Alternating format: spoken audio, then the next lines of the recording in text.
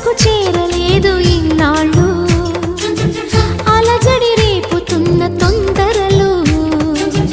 పరిచయమైన లేదు ఏనాడు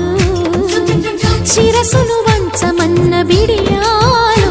సరదాగా మొదలైన శృతి మించి ఆటలో నన్ను నేనే మరిచానా మురిపించే మొత్తులో ఏమైనా ఈ మాయ బాగుందిగా ఆకాశ మార్గాన సాగిందిగా